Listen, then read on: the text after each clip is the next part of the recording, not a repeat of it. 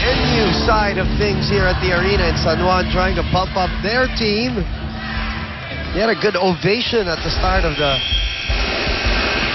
game. But right now, they are in the lead by 2, 8 serving 6. Badly needed set for the Lady Bulldogs. Hindi. Vacation na talaga. May konting kalungkutan sa vacation. Ang iniiwasan dyan. Ayaw nilang dalhin yan sa susunod na taon. Cordas. Going. Great dig. The Mestilio is checked again. 9-6. Biggest lead for NU all throughout this game as Wench Chu now is sent back by Coach Ramil. Look at this block. NU, yun ang nawala sa kanila eh. You know, and again, they're the second best blocking team. So, pinabayaan nila yung number 1. Tindin diving for that dig. Pablo.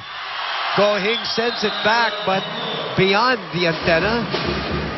Also the first clean hit for Myla Pablo. So now, Fajardo will sit down.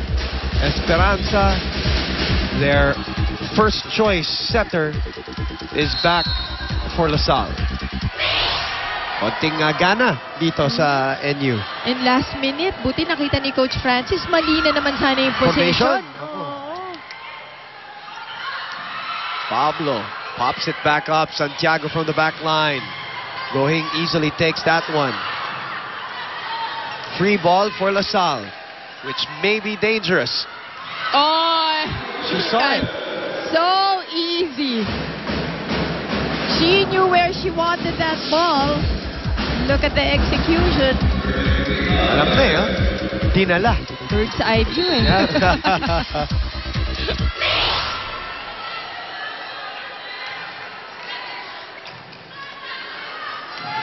Back set again. Chu. Ooh, Nepomuceno was there, but couldn't handle the Chu attack. She tried to cover her face. Yep.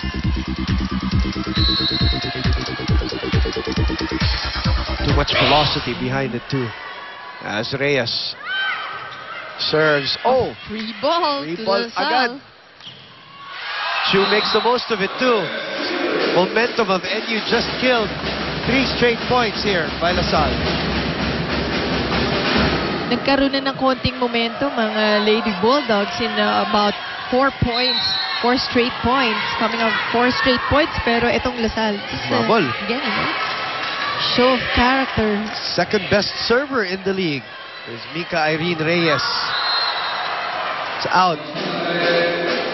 Risking it too much. Wanted to go down the line. She really looks tentative, Mosey.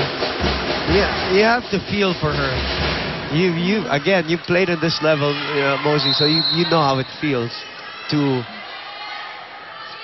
not have or lose confidence every now and then. Nakabuti na lang walang social network. Meron nga, yun nga yun.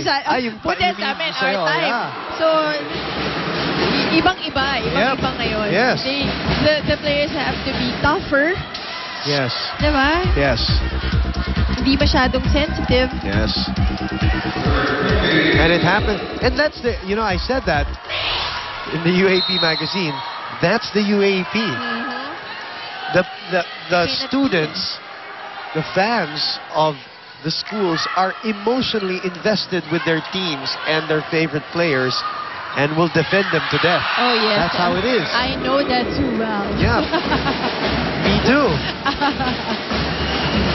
11-all is our score. As LaSalle made a run here. And now it's Esperanza's turn. Good serve.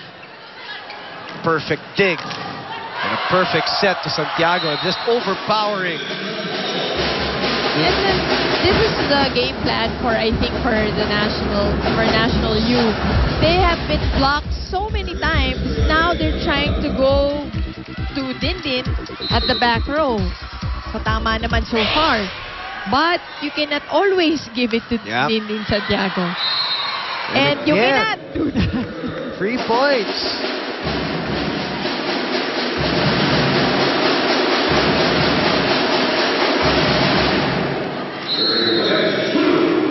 Wentz Chu now on the line for the Lady Spikers. Up 2 sets to love. See, that's what you're Yeah. talking about. That, Jen, inihatid na yung bola kay Salibad eh. And then she gives that not so nice set to Nepomuceno. Oh, you're- Nepomuceno was already in her approach, Yep. and then you give Bumalik. away from a set away from the net. Yan, yun ang nahanap ni Santiago. Eh, bird's eye view din eh. Pareho.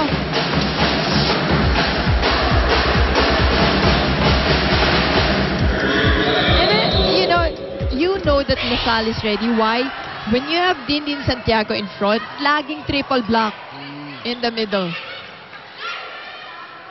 They go to Urdas. She winds up. Tips it back. Was Michelle Gumabao. Santiago again. Too low this time.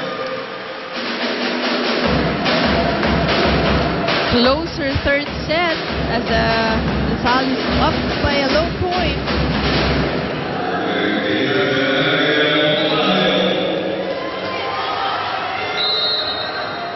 Maranya now. As LaSalle down by 4 earlier, now up 1. Underneath the ball. No spin at all. Urdas with ang dami nilang attack errors in this game. Just too many attack Dami. errors. Nakailalim or malayo yung set. And it's highlighted by the fact that as Jen Reyes unable to calculate that, they've had some good receptions, just not able to translate it to good attack. Kit Kat break. Get ready for what's next. Have a break. Have a Kit Kat.